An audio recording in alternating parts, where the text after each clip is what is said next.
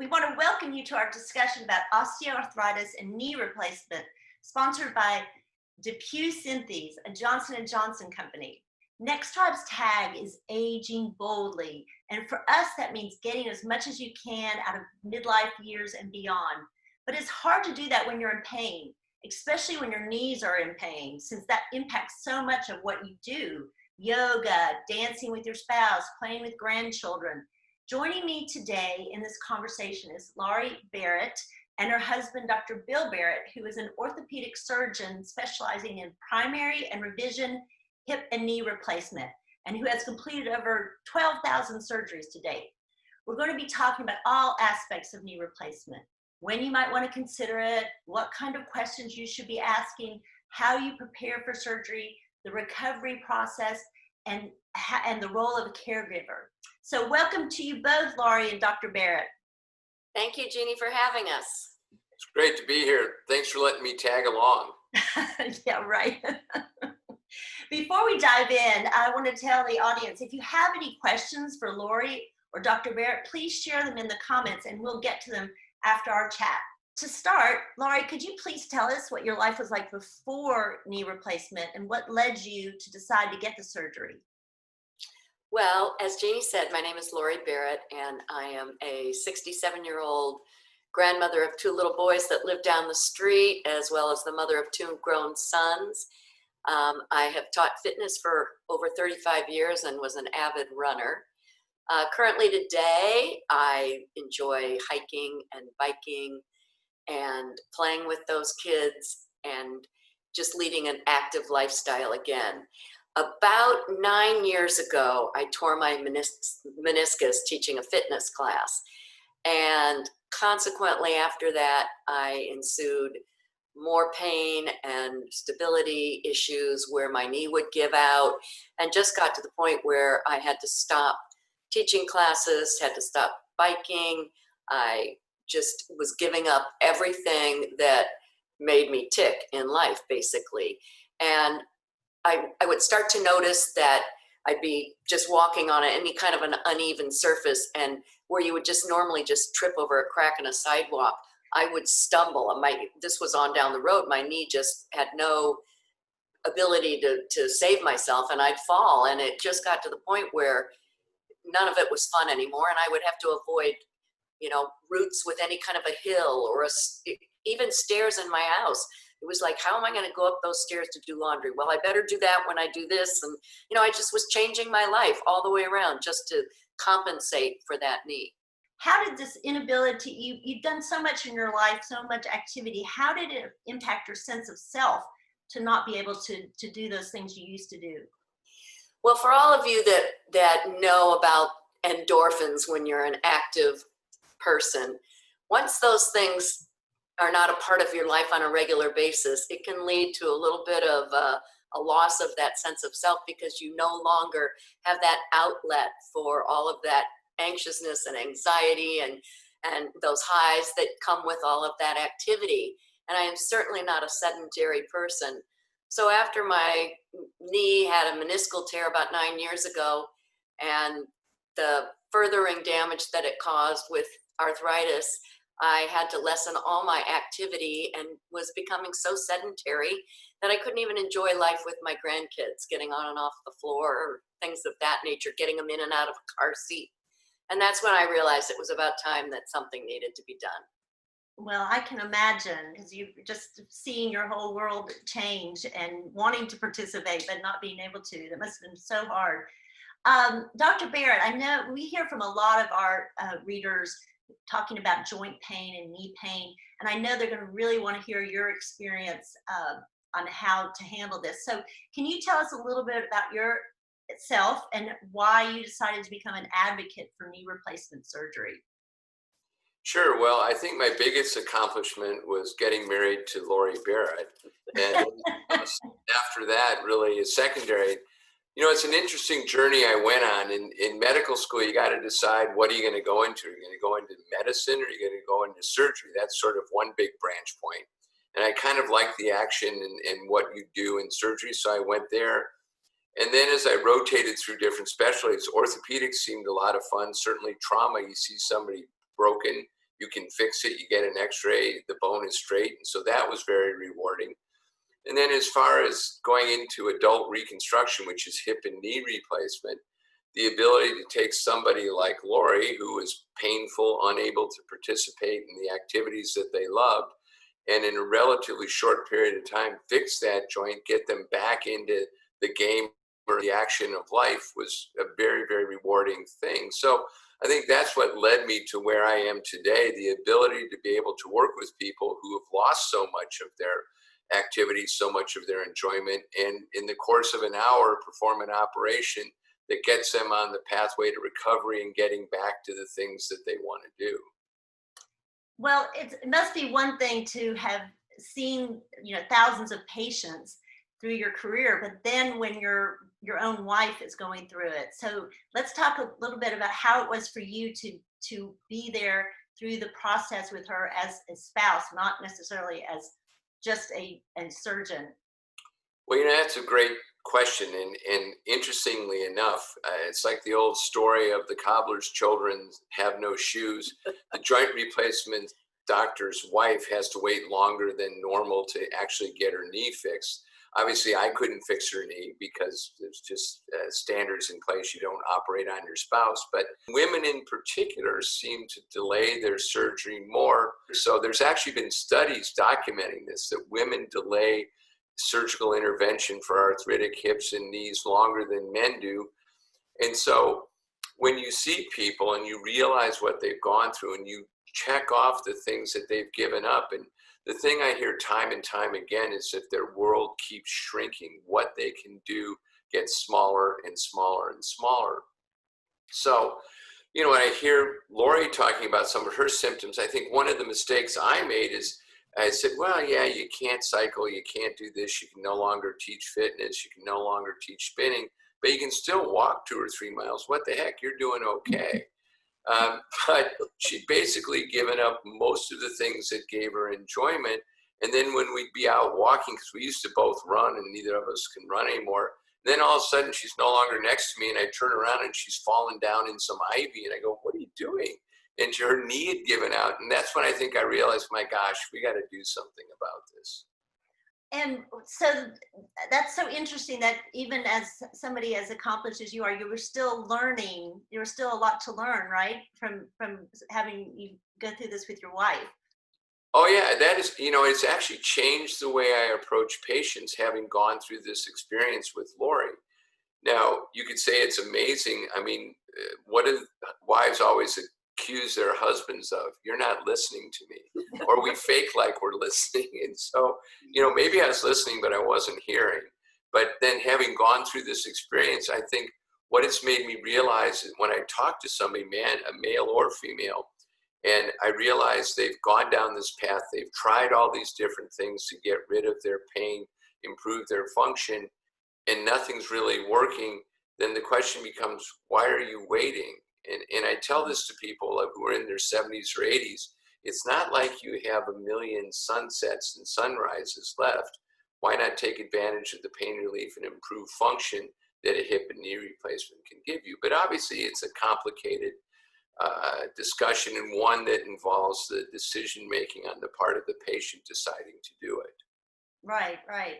And Lori, let's talk about you going through the surgery. I mean, obviously, you knew a lot about the surgery, I would imagine, having been married this long.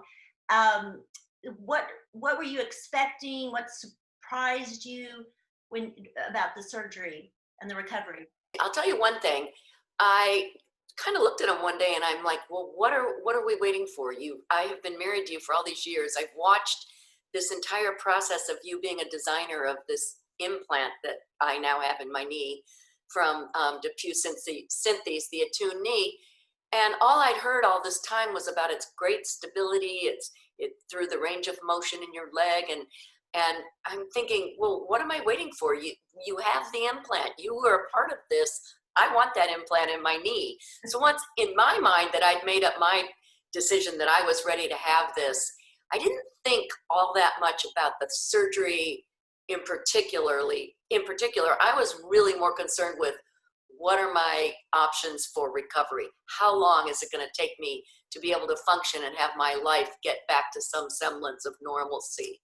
And knowing what I know about my husband and his attention to detail and all of that, I knew the surgeon he picked, I was going to be in great hands.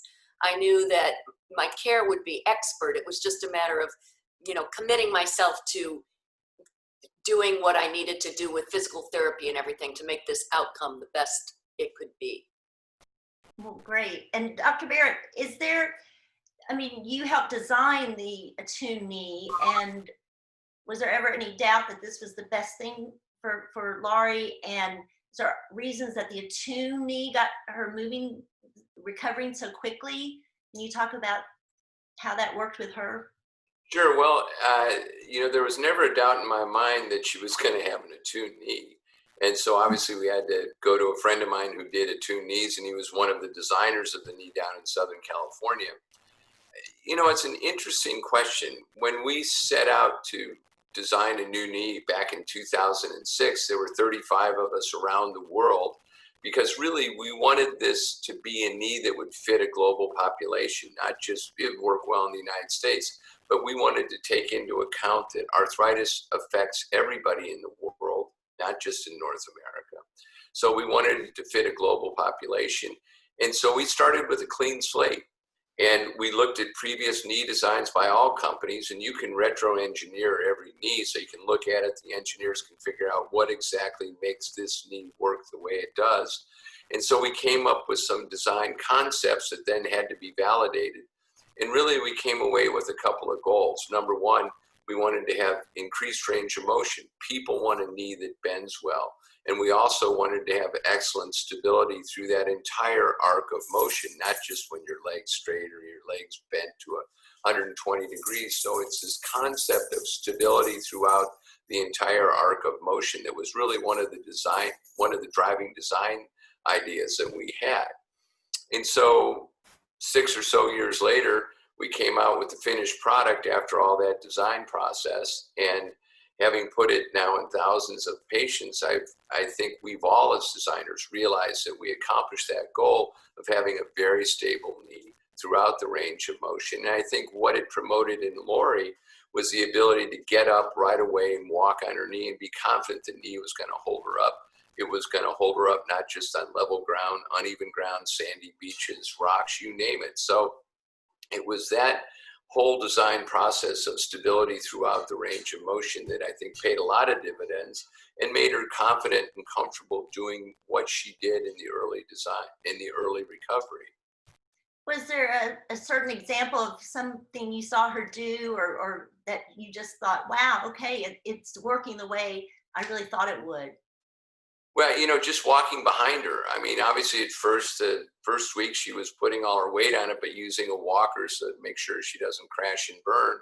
But then in the ensuing weeks, and I'd be walking behind her, we had to go to a meeting at about 8 weeks after her surgery down in Arizona. And we were hiking up this little canyon on a paved road, and she really wanted to go up, what was it? What's the name? I can't remember, but I wanted to get onto the real trail and test that. And he kind of said, no, let's not do that. But just walking behind her, looking at the way the alignment of her knee and how her knee was moving, it made me realize, this is working. And it's really weird to watch it. And normally I see a patient the day after surgery at 6 weeks in a year. I don't see him every day, every minute, every hour. And it was very enlightening to watch this entire recovery process from the standpoint, not as a doctor, but as a caregiver. Right. And Laurie, did you have, what were some of the moments when you felt like your knee was just everything you'd hoped it would be? Well, I was at 3 weeks able to walk about a mile. And by 4 weeks, I could walk 3.5, 4 miles, which is I find remarkable when without pain, totally without pain, and really forgetting that I even had that done. In fact, at 11 months, I went with a girlfriend to a hiking camp in the hills outside of Malibu, and in the course of 5 to 6 hikes, we had covered 65 miles, and I'm talking hills. And it held up remarkably. I didn't even have to go home and ice. I was just amazed. So I think the biggest moment of joy was picking my grandson up at preschool, and without even thinking, he jumps in my arms, which was a no-no. And I held him, and he looked at me like, I can't believe you're holding me. And that's when I knew, boy, this is so great. I am back. You are back. That's great. Well, I know people listening to this are going to be like, oh, people who have knee pain, like, I want that. What kind of advice do you have for them about, surgery, knee replacement process? Well, I think that you really need to ask your surgeon some questions. I was totally comfortable with my situation, knowing that I'm in great hands. But I do know people that are talking to me about this. I'll say, well, how often does he do these? How many do they do, or she? And they'll look at me like, oh, I never asked that question. And that's really an important question, because you want to make sure that the surgeon you are going to has done a lot of these, and that they're confident in their skills. And after that, you need to make sure that you've got all of your ducks in a row with your caregiver, your physical therapy, and all those things that are important. And then you just have to have a good attitude about how you're going to make this work. And I just think the process is amazing, to where a total knee replacement has come from back in the 80s when it started till now is remarkable. And I would not hesitate to have my other knee done as soon as it needs it. I'm not waiting. Well, that's a high recommendation, I think. And what about you, Dr. Barrett? What kind of professional advice can you give for those who are considering knee replacement, especially now, we're in the time of COVID, where there might be even more hesitations than normal? So I'd love to hear from you on that. So Jeannie, it's interesting, because when you asked that question the first time, I thought, oh, she's asking it of me. But then Lori answers it. And I used to tell Lori, we'd be in the gym together pre-COVID. And everybody in the gym knows Lori because she used to teach fitness. And I'd hear her over in a corner talking to somebody and go, well, listen, here's what you need to know. And she's giving them all this advice. And I'd go over, I go, so when did you become the orthopedic surgeon? And so the fact that she jumped in and answered the question first kind of speaks volumes of how comfortable she feels about this. Getting to your question, COVID, it's changed things a little bit. There's a natural hesitancy on the part of patients to have a joint replacement, because unlike you fall and break your leg, you look down, you go, oh my gosh, my leg's bent 90 degrees. This is awful. Clearly, I need to get something done. Most people with an arthritic hip and knee, even though it hurts, can still walk around, can still move. And nobody wakes up in the morning and says to themselves, I think it would be a great idea if I went to a surgeon who cut me open, took a saw, sawed off the ends of my bones, and then put metal and plastic in there. I mean, it just sounds like an awful idea.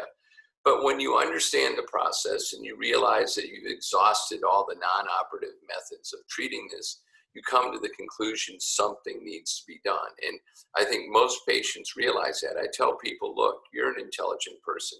You're going to come to the right decision at the right time, and you'll know. So I think that's true in non-pandemic times. I think what I can tell people in this time is that while there are obviously concerns, we have to practice social distancing, wearing a mask, and all those things.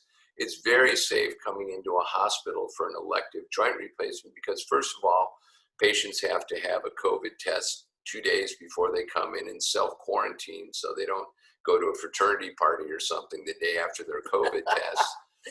And then in the hospital, in the OR, everybody's wearing gowns and all sorts of personal protective gear, so that's not a concern. And then after surgery can be done either as an outpatient, where you go directly from the hospital to home, or you spend the night in the hospital. In our situation, you're spending the night on our joint center, where the only people that go there are patients who've had elective hip and knee replacements. So it's a very safe environment. Obviously, visitation rules have changed. You can't have your whole family come in. You can't have 5 brothers and sisters come in. There's only 1 visitor. But we'll get through this pandemic. We'll be on the other side of this eventually. And I think that most people have enough discomfort in their hip and knee. They weigh all those risk factors and say, I'm just going to go ahead and do this. And I think you're pretty unique now. I'm sure that Laurie could say why all the ways you're unique, but one way in this country is that you do have that dual experience, right? You're a well-known medical professional, but then you have the other side, which is a caregiver. So I think that your advice from both of you is just so valuable. And I'd like to know, Dr. Baird, how has your experience changed what you tell patients and especially the caregivers, but what they need to expect during this process? Well, first of all, I tell the caregiver, I feel really sorry for you. I lived through this. No, in the past, we've always talked about that when you have an elective joint replacement, you need somebody with you on this journey, a coach, a teammate, a spouse, a friend, a significant other. And we'd say that, and I thought, yeah, that's a good idea, but I'm not sure it's that important. I'll tell you, my belief in the importance of that has gone up dramatically, having gone through this experience with Laura. It's remarkable that within about 3 or 4 days, you become relatively independent. In the case of Lori, 5 days after her, or 6 days after her surgery, I went back to work and I was gone all day long. And so she was really independent. But that first 5 to 7 days, it's really important to have somebody there, and more for emotional support and just to tell you you're going to get through this. And so my belief in the value of a caregiver went up about 100% having gone through this experience. And then I think from talking to the patient, telling them you need to be actively involved in this. You just can't be a passive participant. You can't be like patients who have come to orthopedic surgeons in the past and said, "Doc, you got to fix me." Well, we can do the operation, but you've got to help us help you. You've got to be a participant in that. And so I think both aspects, as me as a surgeon talking to a patient and me as a surgeon talking to the caregiver, have really evolved as a result of living through this experience. And Laurie, but how great to have him for that week, taking care of you. What did that mean to you to have that during your process? I know that I come first really in his life, even though after all these years of marriage, it doesn't always look that way. And it really meant a great deal that he was willing to take that time off to step out of his role as the surgeon and be there as my husband and my friend, and to keep my spirits up. Because I'll tell you, it's easy right now for me to look back on it, kind of like childbirth, and you forget how difficult it really could be, or it was.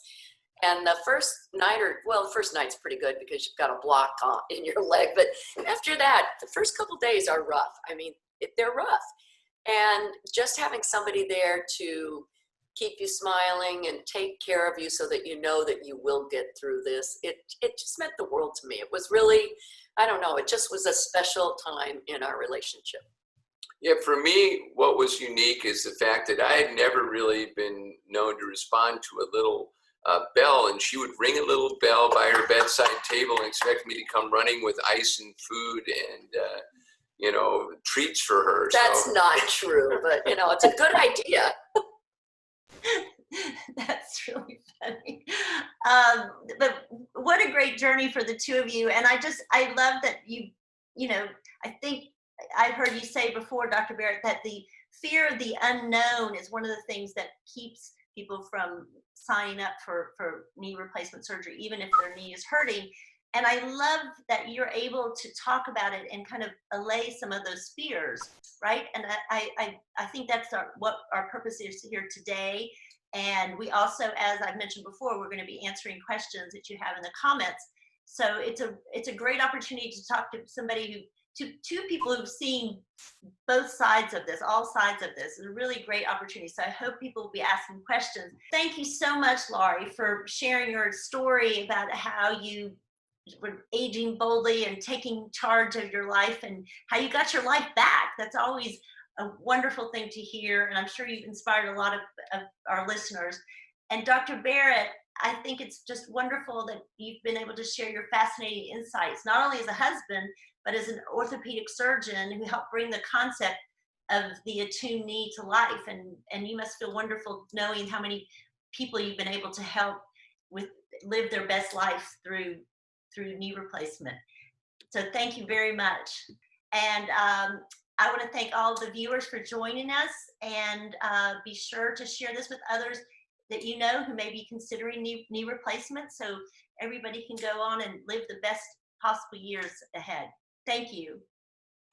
Thank you, Jeannie. And I'd just like to say I'm so impressed with the whole Next Tribe format and platform, and I'm just so honored to have been just a little bit of a part of empowering. Oh my gosh, thank you women so much. to age boldly. You go, girl.